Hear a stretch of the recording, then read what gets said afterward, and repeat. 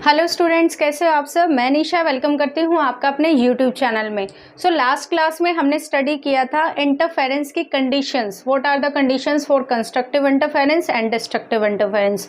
Today we will study the expression of fringe width, जो कि पहले आपके पास क्या था, लास्ट ईयर तक सिलेबस में था कि आपके पास इसके लिए आपको पूरी डेरिवेशन ड्राइव करनी पड़ती थी। लेकिन इस साल जो 2022 एंड 23 है, इस ईयर में आपको सिर्फ और सिर्फ एक्सप्रेशन को स्टडी करना है और ये एक्सप्रेशन बहुत ही इंपॉर्टेंट है। So let's get started. What is fringe width? Firstly you should know about what is fringe width. Fringe width या फिर आप इसे बोल सकते हो बैंड विड्थ। बैंड विड्थ सिर्फ जो है वेव ऑप्टिक्स के केस में, ओके। फ्रिंज विड्थ ही जनरली आप इसे बोलते हो। फ्रिंज विड्थ आपके पास क्या होती है, मैंने आपको लास्ट क्लास में बताया था कि इंटरफेरेंस के अंदर आपको इस तरह से बैंड्स मिलते हैं। ये बैंड आपके पास जैसे ब्राइट हो गया, ब्राइट बैंड। देन आपके पास जो है डार्क बैंड मिलता है, ये डार्क मान लेते हैं, ये वाला, ये रीजन में जो है डार्क बैंड मिलेगा। फिर ये फिर से ब्राइट बैंड हो जाएगा, फिर से आपको डार्क मिलेगा, फिर ये नेक्स्ट जो है ब्राइट। इस तरह से कंसेक्टिव जो है आपको बैंड्स मिलते हैं। अब ये जो डार्क बैंड है और ये ब्राइट बैंड है, इनकी अपनी कुछ एक विड्थ होगी। इनको आप फ्रिंजेस भी बोल सकते हो, बैंड ना बोल के आप बोल सकते हो ब्राइट फ्रिंज या फिर डार्क फ्रिंज। इस तरह से आप इसे बोल सकते हो, ब्राइट फ्रिंज, डार्क फ्रिंज। अब आपके पास इसमें क्या है, इनकी विड्थ कितनी है, कितने चौड़े हैं ये आपके पास, इस तरह से कि कितना आपके पास विड्थ। विड्थ का मतलब क्या होता है, उसकी चौड़ाई। सो आपके पास ये जो बैंड बन रहे हैं, इनकी विड्थ कितनी है, कितना ये डार्क बैंड है, कितना ब्राइट बैंड है। तो सबसे पहले एक पॉइंट ध्यान रखना, इंटरफेरेंस के केस में all bright and dark bands are of equal width. Dark और जो ब्राइट बैंड्स होते हैं आपके पास, ये एक इंपॉर्टेंट नोट है आपके पास। What is that? In interference of two और more waves you get two types of bands, bright band and dark band. And the point to be noted is that bright and dark bands are of equal width. ठीक है, ये वाला point आपके पास बहुत important है। ठीक है, अब हम जो है फ्रिंज विड्थ को कैलकुलेट नहीं करेंगे, सिर्फ इसके एक्सप्रेशन को स्टडी करेंगे। उससे रिलेटेड आपके पास क्वेश्चन पूछे जा सकते हैं। देखो, सो व्हाट इज फ्रिंज विड्थ, ये मैंने आपको बता दिया कि एक जो है आपके पास डार्क बैंड है या ब्राइट बैंड है, वो कितनी विड्थ का है, that is known as fringe width. इसका जो एक्सप्रेशन है वो क्या है, beta is equal to lambda capital D by small D. This is the expression for fringe width which you have to learn. इसको आपको क्या करना है, लर्न। ठीक है, बीटा क्या होता है, बीटा जो है आपके पास ये होता है फ्रिंज विड्थ। लैम्डा आप सबको पता है, what is lambda? Lambda is the wavelength of light, wavelength of light. अब ये कैपिटल डी और स्मॉल डी क्या है, इसके लिए आप देखो, यंग्स डबल स्लिट एक्सप्रेशन में भी मैंने आपको बताया था, उस एक्सपेरिमेंट को करवाते टाइम। देखो, ये आपके पास एक स्क्रीन होती है, यहाँ पर आपके पास एक सोर्स होता है जहां से लाइट आती है, बट ये कोहेरेंट होनी चाहिए इंटरफेरेंस के लिए। तो उसके लिए हम यहाँ पे स्लिट बनाते हैं दो। ये स्लिट है S1, ये स्लिट है S2। स्लिट मैंने आपको बता दिया था क्या होता है, आपके पास एक पतली सी नैरो होल होती है। स्लिट देखनी भी हो तो आप दो ब्लेड लेके, एक ये ब्लेड है, एक ये ब्लेड है, जो रेजर ब्लेड होते हैं, ये ब्लेड 1 है, ये ब्लेड 2 है। इनके बीच में बिल्कुल थोड़ा सा डिस्टेंस रखो, ये स्लिट होती है। ठीक है, बट ये आपको डिफ्रैक्शन में बताऊंगी मैं, इससे डिफ्रैक्शन पैटर्न आपको ऑब्जर्व होता है। लेकिन यहाँ पर आप समझ सकते हो कि स्लिट एक क्या है, सिर्फ एक पतली सी, सिर्फ पतला सा जो रास्ता हो जिससे लाइट पास हो जाए, ये स्लिट हो गया। इसके बीच में जो डिस्टेंस होता है, ये होता है आपके पास स्मॉल डी। दिस डिस्टेंस, दोनों स्लिट्स के बीच का डिस्टेंस क्या होता है, small D. So small D क्या हो गया, distance between two coherent sources. Coherent sources, या फिर आप बोल सकते हो स्लिट। जो आपके पास जो स्लिट्स हैं दो, S1 एंड S2, उनके बीच का डिस्टेंस। और कैपिटल डी क्या होता है? This is the distance between source and screen. This is your capital D. Capital D क्या होगा? Distance between source and screen. अब आप ये मत पूछना कि ये सोर्स से यहां तक का डिस्टेंस क्यों नहीं लिया आपने कैपिटल डी। सोर्स ये है, ये तो आपके पास एक लाइट देने वाला बल्ब है। आपको जो लाइट या पैटर्न मिल रहा है इंटरफेरेंस, वो तो इन स्लिट्स की वजह से मिल रहा है ना। यंग्स डबल स्लिट एक्सपेरिमेंट में भी आपने देखा था। सो ये डिस्टेंस होगा आपका कैपिटल डी। क्लियर? सपोज मैं यहाँ पर एक पॉइंट पी ले लेती हूँ, तो यहाँ से जो लाइट जाएगी वो ये वेव चली गई यहाँ से, एक ये वेव है, एक वेव ये जा रही है। इन दोनों वेव्स के बीच में इंटरफेरेंस होके आपको पी पॉइंट पे जो है लाइट मिल जाएगी। क्लियर? सो ये एक्सप्रेशन आपके पास फ्रिंज विड्थ के लिए है, जो कि बहुत इंपॉर्टेंट है। इसमें क्वेश्चन कैसे आता है देखो, कंसेप्चुअल क्वेश्चन भी मिल जाएंगे प्रदीप में, और नहीं तो इस यूनिट के कंप्लीट होने के बाद हम जो है एग्जाम आइडिया के और प्रीवियस ईयर क्वेश्चंस डिस्कस करेंगे, उसमें ऐसा क्वेश्चन जरूर आया होगा। इसमें देखो कैसे आप पढ़ोगे इसको। अगर ये स्मॉल डी डिस्टेंस जो है जितना कम होगा, जितना कम हो जाए ये, उतना ही जो फ्रिंज विड्थ है वो बेटर होगा। मतलब कॉन्ट्रास्ट अच्छा दिखेगा, विड्थ जो है वो काफी वाइड दिखेंगे आपको। डार्क बैंड, ब्राइट बैंड काफी डार्क दिखेंगे। तो उसके लिए ये क्वेश्चन आ सकता है कि डी को आपने हाफ कर दिया तो बीटा पे क्या फर्क पड़ा, या फिर आपने कैपिटल डी को बढ़ा दिया, वेवलेंथ को बढ़ा दिया। तो यहाँ से पता लग सकता है आपको कि लैम्डा के डायरेक्टली प्रोपोर्शनल है, कैपिटल डी के डायरेक्टली प्रोपोर्शनल है। यानी कि जब जब ये चीजें बढ़ेंगी या घटेंगी, बीटा भी जो है उसी अकॉर्डिंग इंक्रीज या डिक्रीज होगा। बट ये जो स्मॉल डी है, इसके बीटा क्या है? इनवर्सली प्रोपोर्शनल है। क्वेश्चन ज्यादातर इसी से आता है। अगर मैं आपको बोलूं, एक एग्जाम्पल कर लेते हैं, ये क्लियर है expression? Beta is fringe width, D is distance between two coherent sources and slit, capital T is the distance between source and screen, lambda is the wavelength of light. Clear? So इससे related एक question कर लेते हैं। देखो,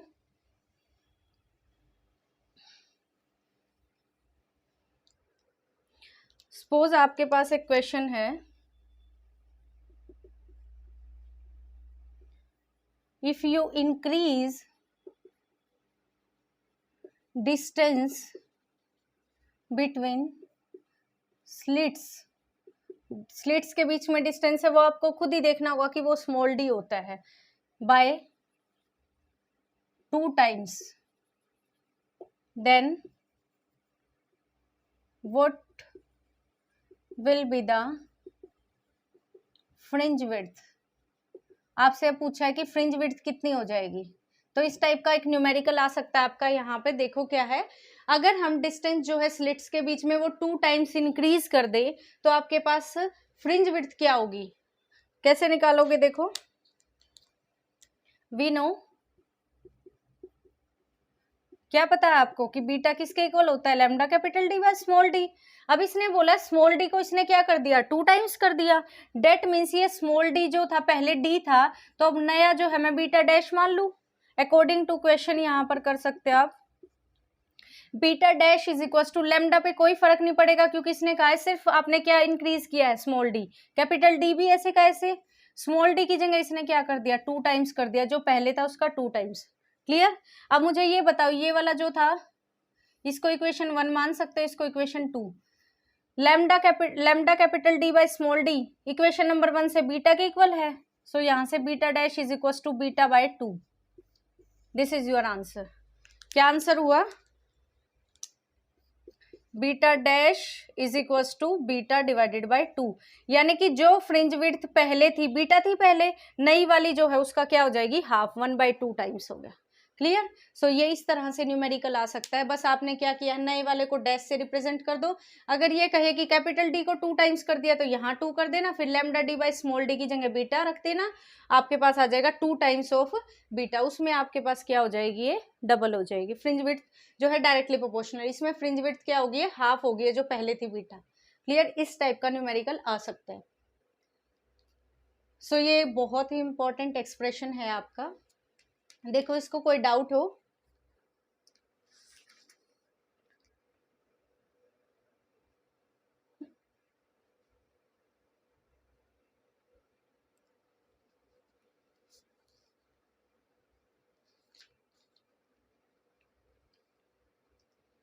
okay, next है आपके पास कि जो ब्राइट और डार्क फ्रिंजेस बनते हैं उसमें मैंने आपको बताया कि वो सेम विड्थ के बनते हैं, उसमें कोई डाउट नहीं होना चाहिए आपको। दोनों जो है ब्राइट की पूछी जाए आपसे फ्रिंज विड्थ या डार्क की पूछी जाए, फॉर्मूला यही रहेगा।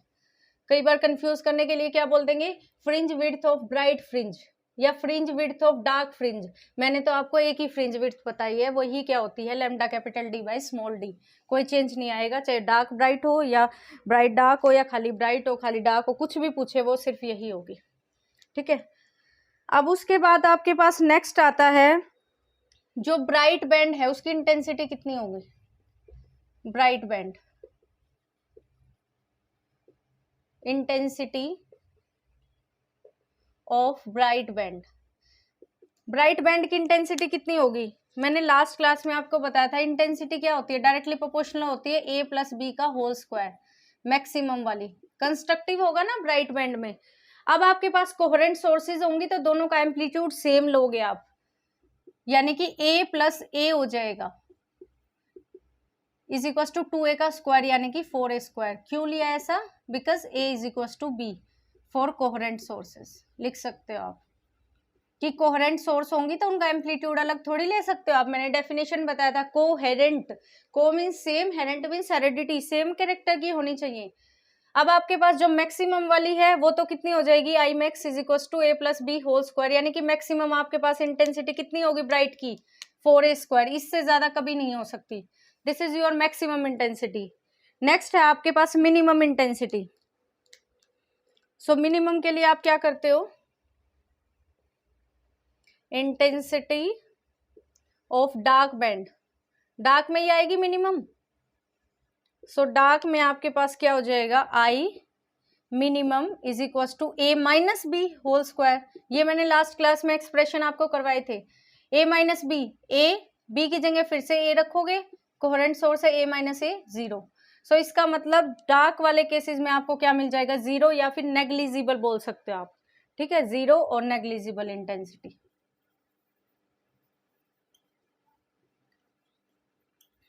Negligible intensity. ठीक है, अब इसको एक ग्राफ पे रिप्रेजेंट करना चाहें तो कैसे रिप्रेजेंट करोगे, देखो पहले इसको इतना स्टडी करो आप, ब्राइट बैंड के लिए क्या इंटेंसिटी होती है, डार्क बैंड के लिए क्या इंटेंसिटी होती है, then we will represent it on the graph.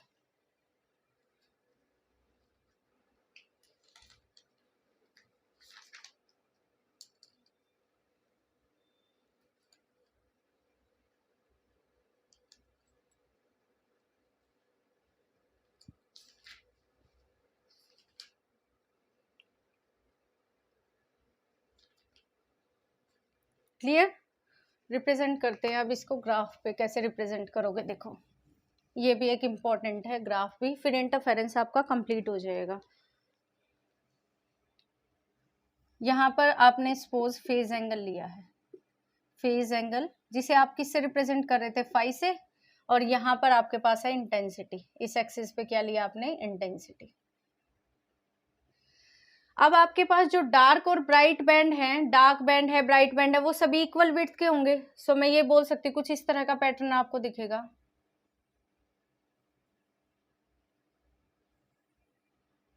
सभी इक्वल होंगे।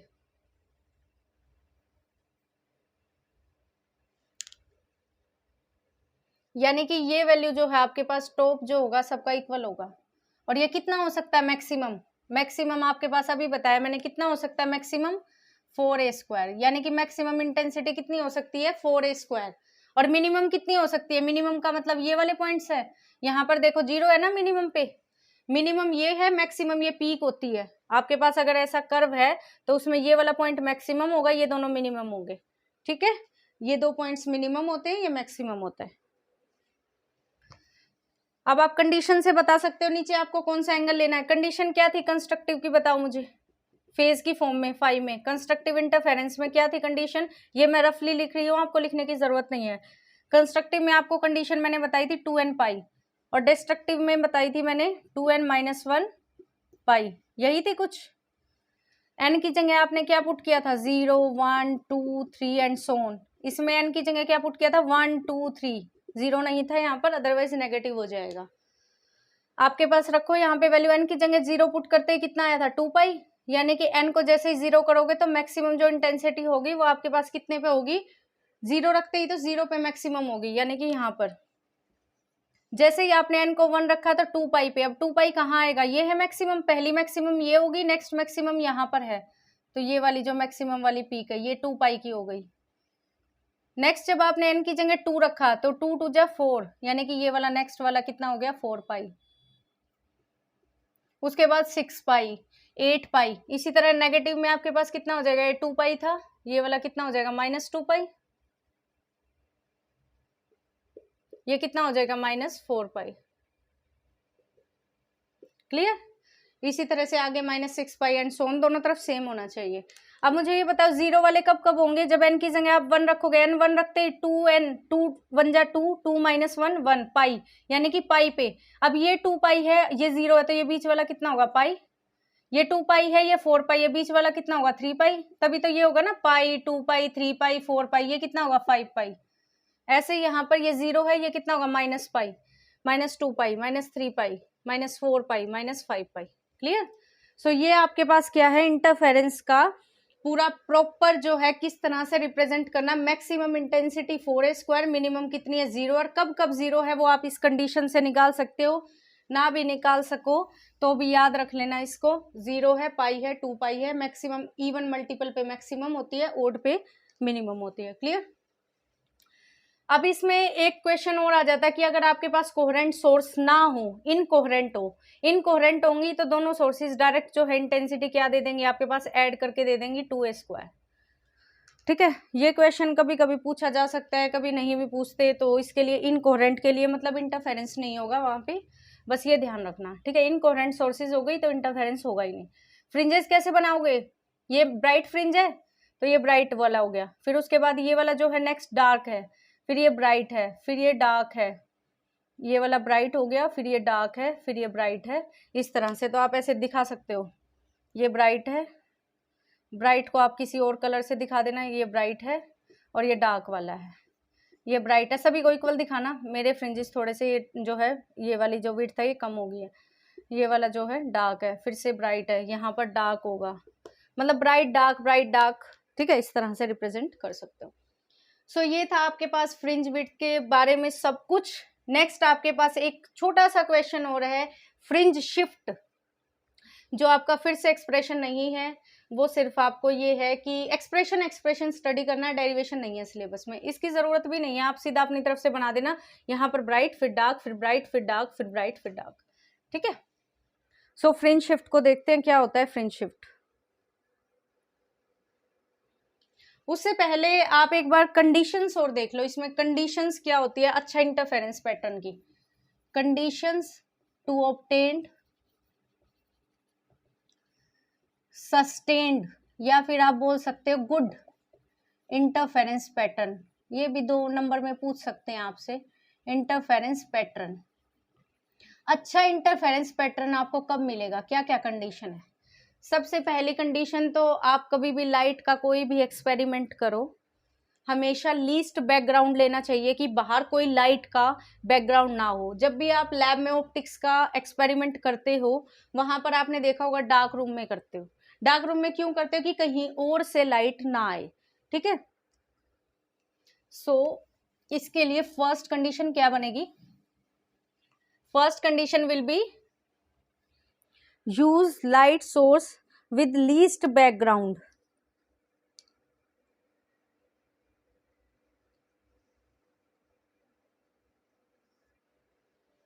यहां पर लिखो लाइट सोर्स, 2 लिख सकती हूँ मैं, यहाँ पे कोहेरेंट होंगे ना, 2 लाइट सोर्सेज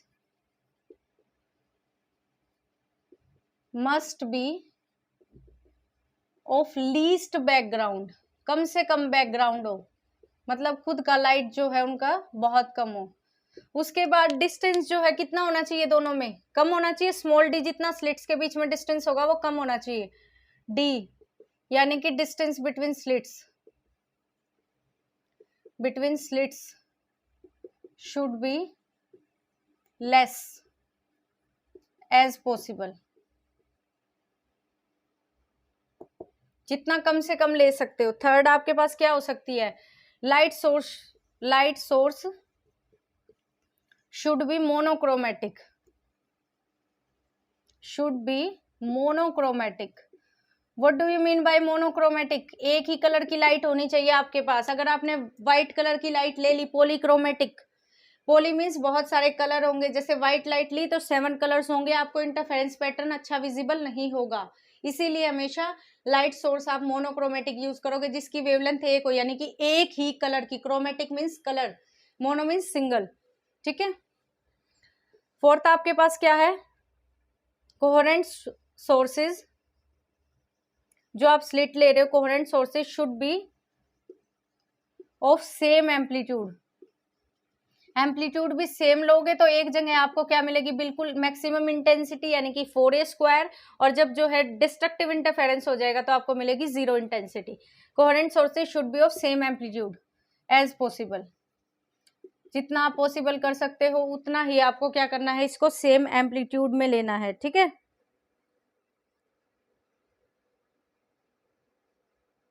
नेक्स्ट आपके पास light source should be point source. Light source should be point source. Point source लेनी है लाइट, क्यों? क्योंकि आपके पास अगर आपने पूरा रूम में ही रोशनी कर दी तो कहाँ से आपको पैटर्न मिलेगा? जितना हो सके लाइट एक ही पॉइंट से निकले। जैसे आपके पास सोडियम लैंप है, मरकरी लैंप है, इस तरह के लैंप आप यूज करते हो, तो आपके पास सस्टेन्ड अच्छा इंटरफेरेंस कब कब मिलेगा? एक तो लीस्ट बैकग्राउंड हो, रोशनी ना हो कोई एक्स्ट्रा, डिस्टेंस स्लिट के बीच में जितना पॉसिबल है उतना कम लो, लाइट सोर्स मोनोक्रोमेटिक लो। नेक्स्ट कोहेरेंट सोर्सेज को सेम एम्पलीट्यूड का लो जितना आप ले सकते हो, ताकि मैक्सिमम जो है 4a² मिले और मिनिमम 0 मिले। अगर आपने जो है अलग अलग एम्पलीट्यूड ले लिया तो मैक्सिमम पे आपको कुछ और मिलेगा, मिनिमम पे जो है बिल्कुल 0 नहीं होगी, कुछ ना कुछ इंटेंसिटी आपको मिलती रहेगी।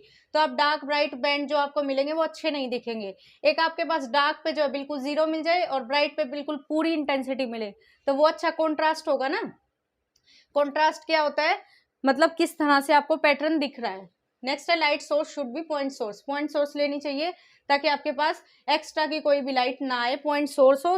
जितनी पॉइंट होगी उतना अच्छा आपको जो है पैटर्न विजिबल होगा। क्लियर। नेक्स्ट है लास्ट इसमें फ्रिंज शिफ्ट, जो कि एक छोटा सा एक्सप्रेशन है, वो भी आपको डायरेक्ट लर्न करना है। There is no derivation for that. So what is fringe shift? देखो क्या होता है फ्रिंज शिफ्ट। फ्रिंज शिफ्ट क्या होता है? ये कितनी शिफ्ट आपके एक्सप्रेशन में या आपके फ्रिंज में आएगी जब आप क्या करो, कुछ और उसकी पाथ में प्रोवाइड कर दो। जैसे मैं देखती हूँ, ये आपके पास स्क्रीन थी, पहले आपको पैटर्न कुछ इस तरह का दिख रहा था, ऐसा दिख रहा था। दोनों तरफ सेम होना है, ये बिल्कुल सेम बनाना आप। ठीक है, बिल्कुल सेम इंटेंसिटी है, सेम होनी चाहिए ऐसे। ठीक है। अब आपके पास जैसे ये है O और यहाँ पर लाइट है, एक स्लिट से आ रही है S1 और एक स्लिट से आ रही है S2। अब आपके पास क्या है कि यहाँ पर अगर मैं क्या करूं, इस पाथ में कुछ रख दूं। मैंने यहाँ पर एक शीट रख दी, जैसे मैंने केरोसिन की रख दी या फिर वाटर की रख दी, कुछ भी, मतलब इसकी जो पाथ है ना वो डायरेक्ट ना आके एयर में, कुछ रास्ता इसको उस शीट के अंदर से ट्रेवल करना पड़ेगा। तो कितना शिफ्ट आएगा? इसके लिए देखो आपके पास कैसे होगा, ये था। ठीक है। अब मैंने क्या किया, इसमें यहाँ पर ये शीट थी S1 S2, ये S2 है, ये S1 है। मैंने क्या किया, यहाँ पर एक शीट रख दी, ये शीट है। अब मुझे ये बताओ, ये शीट है, इसका कुछ ना कुछ रिफ्लेक्टिव इंडेक्स तो होगा। अब ये लाइट एक तो सीधी जा रही थी तो यहाँ पर मीट हो रही थी, अब ये कुछ ना कुछ डिस्टेंस इसके अंदर से ट्रेवल करेगी। वो डिस्टेंस आपके पास डेरिवेशन में करोगे तो डायरेक्ट आ जाएगा आपके पास, नहीं तो यहाँ पर याद रख लो μ-1 × T होता है। ठीक है। सो आपके पास जो एक्सप्रेशन है बीटा का वो कितना बन जाएगा, यहाँ पर beta is equal to lambda capital D by small d होता था आपके पास, यहां से हो जाएगा ये beta by lambda is equal to beta by lambda into μ-1 × T is equal to y0। सिर्फ आपको जो है शिफ्ट दिखानी है, वो शिफ्ट इतनी हो जाएगी बीटा बाई लैम्डा μ-1 × T। ठीक है, ये पूरी शिफ्ट है। मतलब अब ये पैटर्न आपको यहाँ ना दिख के, ये सेंटर पे दिख रहा था ना, ये वाला जिधर भी आपने शीट को रखा है ना उधर ही शिफ्ट हो जाएगा। देखो इस तरह से, ऐसे ड्रॉ करो इसको। ठीक है। और ये पहले वाली जो है ये यहाँ आ जाएगी। मतलब ये वाला जो था ना, देखो सेंटर पे लाइन थी ना पहले, ये सेंटर पे थी, आधी इधर थी आधी इधर थी, अब ये पूरी की पूरी उधर हो जाएगी जहाँ पे शीट रखोगे।